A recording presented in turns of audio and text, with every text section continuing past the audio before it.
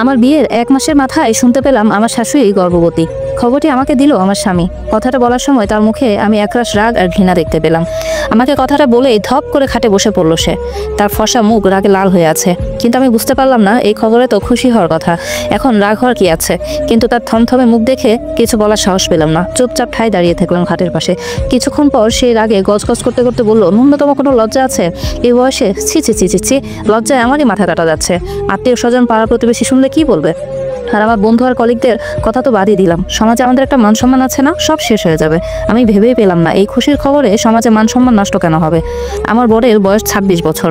তারপরে আমার ননদ আছে একজন, নাম সুহেলি, তার বয়স 21। আমার শাশুড়ির অনেক কম বয়সে বিয়ে হয়, তার প্রথম সন্তানই সাজ্জাদ। খুব বেশি বয়স না আম্মার। আর এত সুন্দর দেখতে, ফর্সা ছোটখাটো একজন মানুষ, দেখতে তো আরো কম বয়সী মনে হয়। আমার বর কি নিয়ে এত রাগ করছে কিছুই বুঝতে পারছি না আমি। আমার বড্ড ইচ্ছা করছে আমার শাশুড়ির পাশে গিয়ে একটু বসতে, আর কি খেতে ইচ্ছা করছে শুনতে। এই বাড়িতে বিয়ে হয়ে আসার পর থেকে ওই মানুষটা আমাকে নিজের মায়ের মতো ভালোবেসেছেন। আমি কি খেতে পছন্দ করি সব জেনে নিয়ে নিজের সাধ্যমতো আমার সামনে হাজির করেছেন। এই 1 মাসে আমার শাশুড়িকে অনেক ভালোবেসে ফেলেছি আমিও। সাজ্জাদের কথাগুলো শুনতে আর আমার মোটেও ভালো লাগছে না, তাই চুপচাপ দাঁড়িয়ে থাকলাম আমি। সন্ধ্যার পর আমার শাশুড়ি, আমার শ্বশুর ড্রয়িং রুমে আমাদের সবাইকে ডেকেছেন। আমাদের বলতে সাজ্জাদ, সুহেলি আর আমাকে।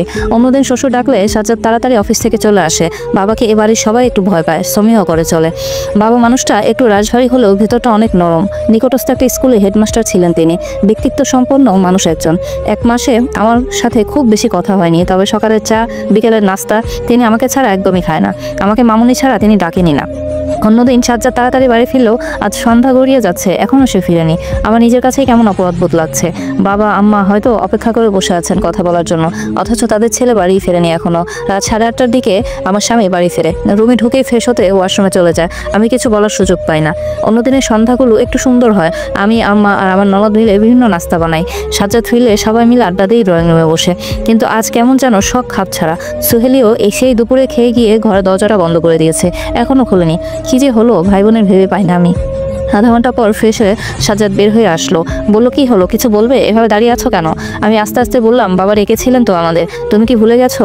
আমার কথা শুনেই সাজ্জাদের মুখ আবার রাগে লাল হয়ে গেল। থমথমে গলায় বলল, আমার কোনো ইচ্ছে নেই ওনাদের কথা শোনার। আর তোমাকেও একটা কথা বলছি, তুমি আমার বউ হয়ে এই বাড়িতে এসেছো, আমি যা বলবো সেভাবে বলবো, সেভাবেই চলবে, বেশি বেশি করবে না, মাইন্ড ইট। আমি অবাক হয়ে দাঁড়িয়ে থাকলাম। সাজ্জাদের বউ হয়ে এসেছি বলে শ্বশুর শাশুড়ি কারো হয়ে কথা বলা যাবে না, এ কেমন কথা? কিন্তু কিছু বলতে পারছি না।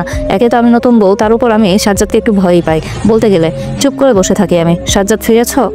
আমার শ্বশুর আমাদের ঘরে দরজায় এসে দাঁড়ান। সাজ্জাদ উত্তর দেয় না, মোবাইলে ফেসবুকিংয়ে ব্যস্ত সে। তার ব্যবহার দেখে আমি তাজ্জব বনে যাই। না পেরে আমি বলি, জি বাবা, ও ফিরেছে, আপনি ভিতরে আসুন না। সাজ্জাদ কটমট করে চোখ করে আমার দিকে তাকায়। আমি মাথা নিচু করে ফেলি।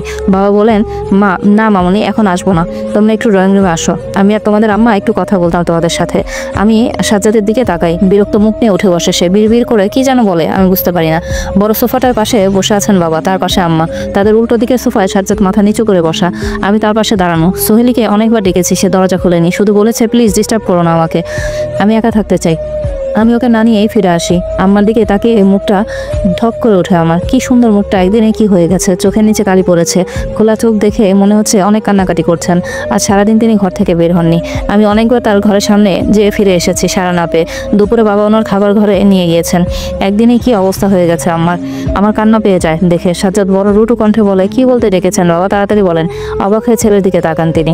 কোনোদিন তার ছেলে এভাবে তার সাথে কথা বলেনি। তিনি সামনে নিয়ে আস্তে করে বলেন, তোমার বোন আসলো না যে? সবাইকেই দরকার ছিল আমার এখন। সাজ্জাদ বলে, কেউ না আসতে চাইলে জোর করে ধরে আনবো নাকি? রুমকি গিয়েছিল তো ডাকতে, আসেনি, আমি কি করব? আম্মা আহত দৃষ্টিতে তাকান ছেলের দিকে। বাবা কোনো ভনিতা না করেই বলেন, শুনেছ তো সবকিছু? সাজ্জাদ রাগে লাল হয়ে বলে, জি শুনেছি। এখন তোমরা কি কিছু বলতে চাও এ ব্যাপারে? কি আর বলবো আপনাদের বাবা, বলার মতো কিছু রেখেছেন আপনারা? সমাজের সামনে মুখ তুলে তাকাতে পারবো আর আমরা? আমাদের ইমেজটাই তো নষ্ট করে দিয়েছেন আপনারা। আমি বাবা আর আম্মার দিকে তাকাই, তারা যেন নিজেদের কানকে বিশ্বাস করতে পারছে না। বিস্ফোরিত চোখে তাকিয়ে আছে সাজ্জাদের দিকে। বাবা বললেন, আমাদের জন্য তোমাদের ইমেজ নষ্ট হবে? সাজ্জাদ গলা চড়িয়ে বলল, তা নয় তো কি, আমি চাকরি করি, সেখানে আমার কলিগ বন্ধু বান্ধব আছে, সোহেলি ইউনিভার্সিটির বন্ধু বান্ধব আছে, তারা শুনলে কি বলবে যে তাদের বাবা এই বয়সে ভাই বোন হচ্ছে। ছি ছি, লজ্জার আমার মাথা কাটা যাচ্ছে। আম্মা নিতে পারে না, ডুকরে কেঁদে ওঠেন। তারপরে সব কিছুই থমথম হয়ে যায় পরিবেশটা। আমি আম্মাকে শক্ত করে জড়িয়ে ধরি। সাজ্জাদ বলেই চলেছে, আমাদের মান সম্মানের কথা একবারও ভাবলেন না আপনারা, এখন আবার মিটিং করছেন এসব বলে। বাবা মাথা নিচু করে বসে আছেন। আমার বড্ড কষ্ট হচ্ছে মানুষ দুটোর জন্য, কিন্তু আমি কি করব তাই বুঝতে পারছি না। বাবা বললেন, এখন আমাদের কি করতে বলছো সাজ্জাদ? কিছুই করতে বলছি না, শুধু এটুকুই বলছি, আজ থেকে আপনাদের ভালো মন্দ আমি আর নেই। আপনারা আপনাদের মতো থাকবেন, আমি আমার মতো। সোহেলিকে কি করবে সেটা তার ব্যাপার। বাবা তার পাঞ্জাবি চেপে ধরেন কষ্টে, তার চোখ ভিজে যাচ্ছে। আম্মার চোখে তো অশ্রু লাগুন। বাবা বললেন, তার মানে কি চাচ্ছ এই বাড়িতে হাড়ি আলাদা হোক? বাবার কথা শুনে ভয়ে কেঁপে উঠি আমি। আম্মাও ভয়ে ভয়ে তার দিকে তাকান। সাজ্জাদ সোফা থেকে উঠে যেতে যেতে বলে, ওইসব মেয়েলি ব্যাপার, ওগুলো নিয়ে আমার কোনো চিন্তা ভাবনা নেই। বাড়িটা যেহেতু আপনাদের তো আমি বের করে দিতে পারি না, তবে আপনাদের সাথে এক ছাদের নিচে বাস করতে আমার ইচ্ছা করছে না আর। এবার আম্মা শব্দ করে কেঁদে ওঠেন। সেদিকে তাকিয়ে নিজের চোখের পানি মুছে বাবা বলেন, তুমি হয়তো ভুলে গেছো, গ্রামে আমাদের ছোট একটা বাড়ি আছে। যদি একটু কষ্ট হবে, তবুও তোমার মাকে নিয়ে সেখানে আমাদের দিব্যি দিন কেটে যাবে। সাজ্জাদ বলে, তার কোনো প্রয়োজন নেই, ওখানে গিয়ে আর হাসির পাত্র বানাবেন না আমাদেরকে। এই বলে হনহন করে ঘরে চলে যায় সাজ্জাদ।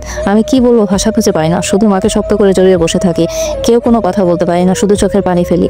এরপর বেশ কিছুদিন চলে যায়। বাড়িটার আর প্রাণ নেই আগের মতো। সাজ্জাদ, সোহেলি কেউ কথা বলে না বাবা মার সাথে। তারাও নিজেদের মধ্যে কেমন গুটিয়ে গেছেন। ঘর থেকে খুব বেশি প্রয়োজন ছাড়া বের হন না। মাঝে মাঝে বাবা ডাক্তারের কাছে নিয়ে যান আম্মাকে। সেদিন কোনো কারণে সাজ্জাদ বা সোহেলির সামনে পড়ে গেলে তার রাগ ঘৃণা নিয়ে তাকিয়ে তাকে বাবা আম্মার দিকে। কিন্তু আমি সাধ্যমতো চেষ্টা করি আম্মার সেবা করতে, তার পছন্দের খাবার রান্না করে তাকে খাওয়াই, তার চুলে তেল দিয়ে বেনি করে দিই। কিন্তু আম্মার মধ্যে আগের মতো আর প্রাণচঞ্চল ভাবটা নেই, কেমন মনমরা হয়ে থাকেন সবসময়। আমি আর বাবা অনেক চেষ্টা করি তাকে হাসি খুশি রাখার, কিন্তু খুব একটা সফল হয় না। সাজ্জাদ তো একদমই পছন্দ করে না আমি আম্মার জন্য এত কিছু করি, তাই সে বাড়ি আসার পরে আমি খুব বেশি যেতে পারি না আম্মার কাছে। এভাবেই আমাদের দিন কাটতে লাগলো। 7 মাস পর আম্মার শরীরটা অনেক খারাপ হতে লাগলো।